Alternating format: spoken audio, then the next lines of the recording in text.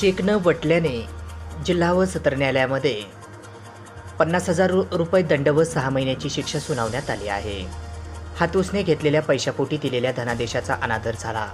या प्रकरणी आरोपी राजेंद्र गोवर्धन खांडे या 6 महिन्याची शिक्षा आणि हातूसने घेतलेले 3,50,000 रुपये आणि 50,000 रुपये दंड असा ठोठावण्यात आला आहे व 6 महिन्याची शिक्षा देखील यामध्ये करण्यात आली आहे. हा निकाल बीड येथील प्रथम वर्ग न्यायदंडाधिकारी VC जोशी यांनी आज शनिवार दिनांक 29 जून रोजी दुपारी 2 वाजता दिला आहे. फिर्यादी प्रभाकर सदाशिव पवार यांचा मुलगा गणेश याचे बीड येथील MIDC येथे सदाशिव इंजिनिअरिंग वर्क्स या नावाने वेल्डिंग फॅब्रिकेशनचे दुकान आहे. सदर दुकानावर फिर्यादी अधूनमधून थांबत असतात. आरोपी राजेंद्र गोवर्धन खांडे हा त्याच्या खाजगी गुत्तेदारीच्या कामास लागणारे फॅब्रिकेशनचे मटेरियल फिर्यादीच्या मुलाच्या गॅरेजमधून बनवून घेत असत.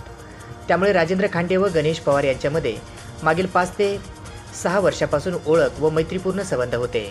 दरम्यान आरोपी राजेंद्र खांडे यांनी 21 मार्च 2020 रोजी गणेश पवार यांना गुत्तेदारीचा व्यवसाय व घरगुती अडचणीकरिता 3,50,000 रुपये हातूसने मागितले. यापूर्वी झालेल्या व्यवहारामुळे गणेश यांनी राजेंद्र खांडे याच्यावर विश्वास ठेवून 3,50,000 रुपये दिले व 2 महिन्यात पैसे परत दिले जातील असा विश्वास दिला. त्यानंतर 21 मे रोजी खांडे यास सदरील पैसे मागितले असता त्याने गणेश यांना स्टेट बँक ऑफ इंडिया बँकेचा धनादेश दिला.